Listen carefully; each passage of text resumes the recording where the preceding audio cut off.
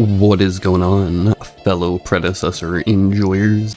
We're doing something a little bit different today with the footage, so instead of just watching some random background gameplay of me dunking on some fools, you only have to watch that for about half the video now, and then the other half is gonna be you and I getting real personal.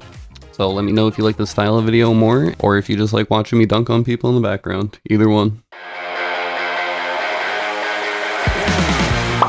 Hello there.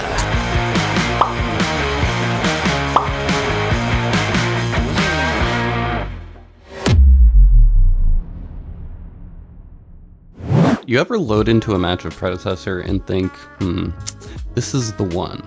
You're focused, locked in, ready to climb. And then 10 minutes later, you see this shit. An ally has been slain. An ally has been slain. An ally has been slain. An ally has been slain. An ally has been slain. Yeah, we've all been there.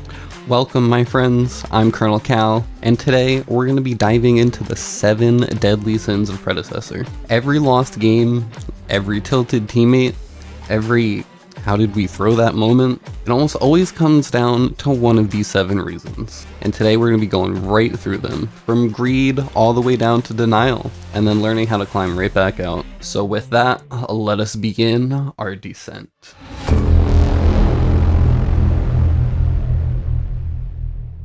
You know that jungle that just can't stop farming? Fangtooth's up, the team is pinging, and they're halfway through their 3rd buff rotation. This is greed, my friends. Greed is forgetting what your job actually is. Fangtooth isn't just a nice to have, you need to go get that bitch. This is going to be your most important tempo spike in the early and mid game. If you're in the jungle while the enemy's over there taking Fangtooth, I hate to break it to you, bud, but you're not a jungler. At that point, you're an accountant.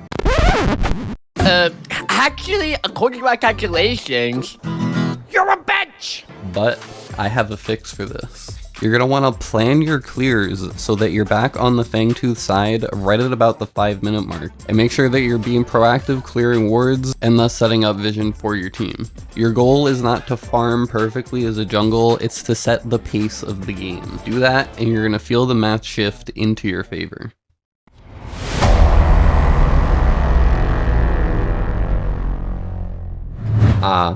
Pride.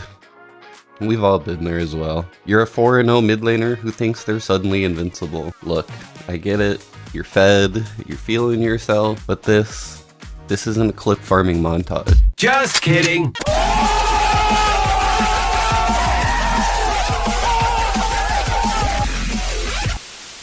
Predecessor is a team game, so the moment you start diving without setup, chasing 1v5s, or ignoring your frontline, you've already started throwing your lead. Pride is what makes a lot of players forget the basics. There's timing, there's spacing, there's teamwork, and when that happens, the biggest lead can vanish in a single team fight. But when you're getting fed, slow down a little bit. You want to set up together, you're going to want to go in together, and you're going to want to win together, because it's a team game, baby.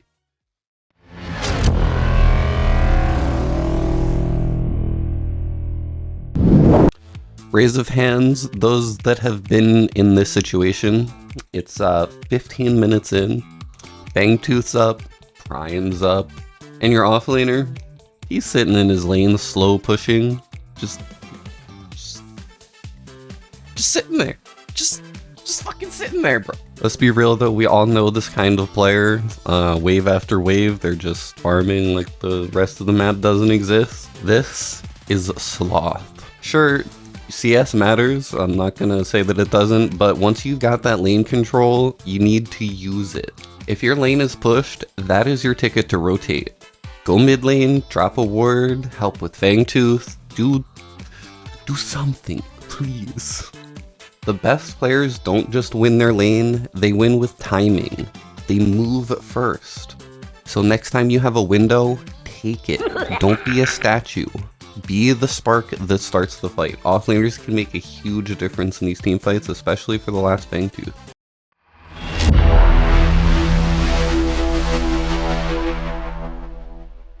Yeah, that's right. I'm calling all of you out today.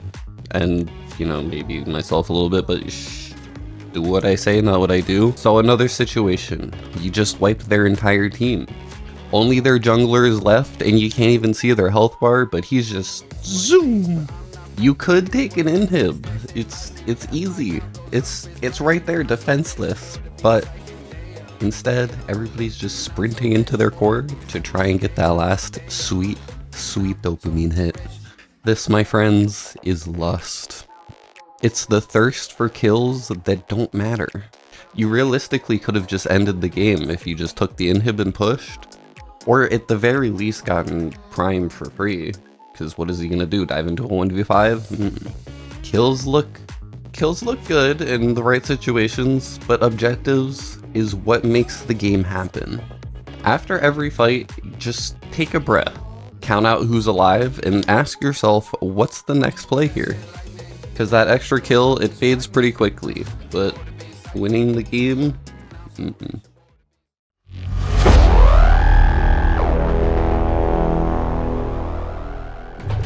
So this is something that, maybe I could take a couple notes from, but we're gonna leave that to the side.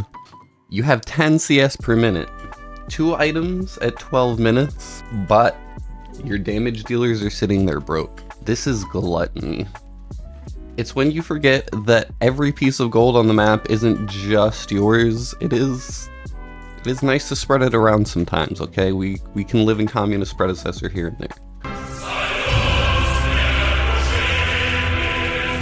Taking every single wave, every single buff, every single camp, kind of starves the people that actually need power to win fights. The best teams want to funnel gold into their ADCs, their mid laner, or their win condition, sometimes a jungler. If your ADC is close to an item, don't go out, give them a gank, and then push their wave into tower, not letting them finish up that farm. And vice versa, if your jungler is getting ready to set up a Fangtooth play, and he's, half a level away from level 6, and he's clearing his red camp, and Sparrow's just passing by on her way to lane, drops the Q on it, and steals 3 or 4 of the minions, he doesn't get level 6, and you just completely screwed him. Your job is not to hoard gold, alright? It's to turn the gold into pressure. Because one fed player can carry pretty hard, but a fed team, it's basically unstoppable. So the biggest takeaway from this one is to understand over farming and turn your leads into actual advantages for the whole team.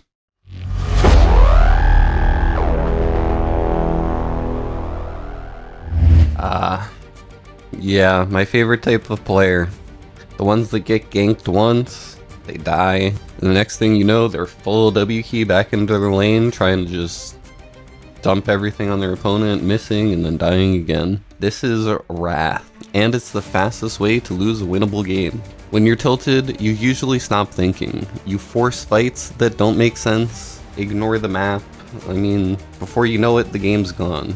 Tilt does not kill you instantly, it just makes it so you can't really recover. So when this hits, take a step back, farm a wave, mute your teammates if you have to, because as a wise man once said, slow and steady wins the race. Tilted players feed the story. You can take that one to the bank.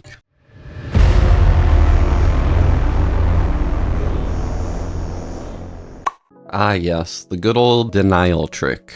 The dude whose ego is too big for anybody to tell him what to do. Your team is begging for somebody with anti-heal, and you're still building full crit Greystone. Okay. This is denial. The final sin. This is refusal to adapt to builds, to drafts, to reality. Then when they lose, they're the first people to blame their team, but they never want to change the part that they can control. It's interesting how that works. Adaptation is what separates good players from great ones. If they've got sustain, you're going to want to build anti-heal. If you're behind, you want to play a lot more passively and just wait for some ganks or when the team fight phase breaks out. And if your entire team is struggling, you need to adjust to the way that you take fights. It's not everybody else's fault. Sometimes your role can change mid-match, and that's fine. If you're behind, maybe your job isn't to carry anymore. Maybe it's to protect the one who can. The best players are going to be the ones that can adapt, and then the rest just rage queue and wonder why nothing changes. So there they are, my friends. The 7 deadly sins of Predecessor. Greed, pride, sloth, lust, gluttony, wraith, and denial. So if you ever caught yourself doing any of these things, it's fine to an extent. We've all been there, including me. What matters though isn't being perfect, it's recognizing the sin before it ruins the game. Because in Predecessor, the only real hell is staying hard stuck in gold. So learn from these sins and climb with purpose. May your fang teeth never be stolen again. And with that comes the end of the video. If you're interested in watching me perform all of these sins live in real time, come check me out on Twitch. A link will be in the description. We're live Tuesday starting at about 11:30 EST, and Friday, Saturday, and Sunday starting at about 6 to 7, depending when the baby goes down. We also have an awesome Discord community with over 200 members of all ranks and playstyles, so if you're looking for tips or just looking for somebody to queue with, hop in, we'd love to have you. And with that, I will see you in the next one.